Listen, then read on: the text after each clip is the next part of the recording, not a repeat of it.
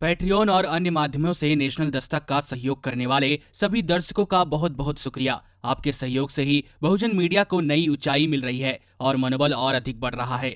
आशा है आगे भी आप हमें ऐसे ही सपोर्ट करते रहेंगे। धन्यवाद। राजनीति की तरह ही न्यायालयों में भी एक खास बात बेहद ही सामान्य सी है, वो है परिवारवाद। समय समय पर यह मुद्दे कई बार उठे भी हैं कि न्यायपालिका पर कुछ परिवारों का स्वामित्व है।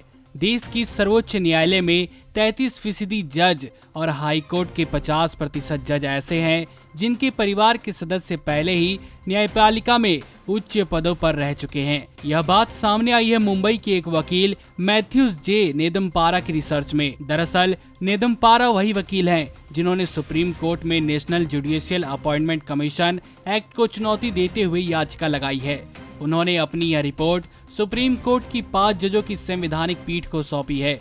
नेदुम्पारा के मुताबिक यह व्यवस्था कॉलेजियम सिस्टम की वजह से पैदा हुई है, जिसमें जज ही दूसरे जजों को नियुक्त करते थे।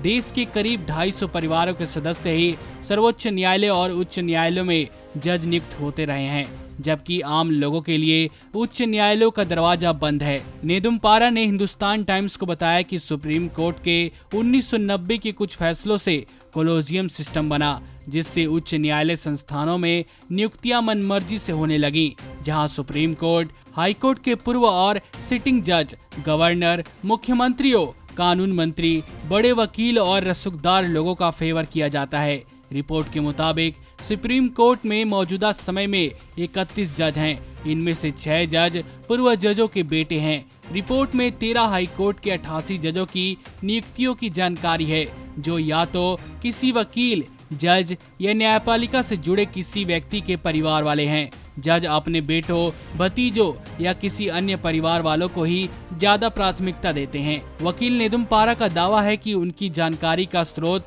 सुप्रीम कोर्ट की आधिकारिक वेबसाइट और 13 हाई कोर्ट के सितंबर-अक्टूबर 2014 तक के डेटा पर आधारित है।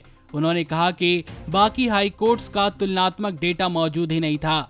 उन्होंने कहा कि कॉलेजियम सिस्टम गुप्त तरीके से काम करता है, जहां उच्च न्यायपालिकाओं में खाली पदों का नोटिफिकेशन ही नहीं निकलता, ना ही इनका एडवर्टाइजमेंट होता है। गौरतलब है कि इसी बुधवार को सुप्रीम कोर्ट बार एसोसिएशन की तरफ से पेश हुए वकील दुष्यंत दवे ने कॉलेजियम सिस्टम पर निशाना साधते हुए कहा था कि इसमें मेरिट को नजरअंदाज किया जाता है और ऐसे जज नियुक्त होते हैं जो ऊंचे और बड़े लोगों को राहत देते हैं और आम आदमियों के मामले में नाकाम होते हैं।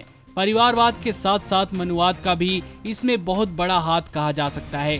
कुछ खासकर परिवार हैं जिनका स्वामित्व है। हमारा मानना है कि जिन लोगों का स्वामित्व है उन परिवारों के बाहर किसी जज से नियुक्ति होती ही नहीं है। यह एक बड़ा कारण है कि बहुजन समाज से जुड़े बहुत ही कम जज हाई कोर्ट और उच्चतम न्यायालय तक पहुंच पाते हैं। बहुजन समाज की जब सुनने वाला ही कोई नहीं रहेगा तो जाहिर है कि न्याय मिलना किस कदर मुश्किल है। हाल ही में आया आरक्षण पर सुप्रीम कोर्ट का फैसला क्या इस ओर इशारा नहीं करता? नमस्कार।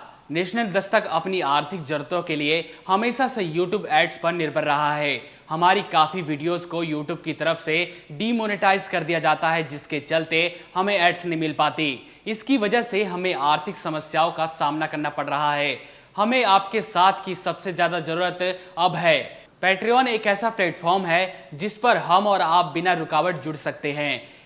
इस प्लेटफॉर्म पर आप हमें सीधा फंड कर सकते हैं, जिसका मतलब हुआ कि हम आजादी से पत्रकारिता कर पाएंगे। आपसे सीधे फंडिंग पाने का यह भी मतलब हुआ कि हम नैतिक रूप से आपके अधीन हो जाएंगे और आपकी आवाज को और बुलंद कर पाएंगे। आप पैट्रियन पर मात्र $2 करीब 140 रुपए प्रति माह से हमारी सहायता कर सकते हैं। पैट्रियन क्रेडिट कार्ड और डेबिट कार्ड दोनों ही सपोर्ट करता है। हाँ, जरूर ये है कि पैट्रियन के लिए आपके कार्ड पर इंटरनेशनल ट्रांजैक्शन अलाउड होने चाहिए। अगर आपके कार्ड पर इंटरनेशनल ट्रांजैक्शन चालू नहीं है तो आप अपने बैंक से संपर्क करके इसको आसानी से चालू करवा सकते हैं।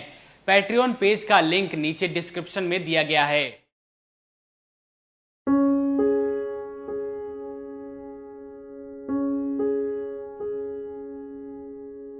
नेशनल दस्तक को देखने वालों से अपील है कि वह नेशनल दस्तक के सपोर्टर फॉर्म को भरें ताकि हम सीधे आपसे जुड़ सके। नेशनल दस्तक की आपसे गुजारिश है कि अगर इसको बचाना चाहते हैं तो नेशनल दस्तक को सब्सक्राइब करने के लिए रेड कलर के सब्सक्राइब बटन को दबाएं, फिर बेल आइकन की घंटी दबाएं नेशनल दस्तक को बचाने के लिए बहुत जरूरी है कि हर खबर को शेयर करें, लाइक करें, कमेंट जरूर करें।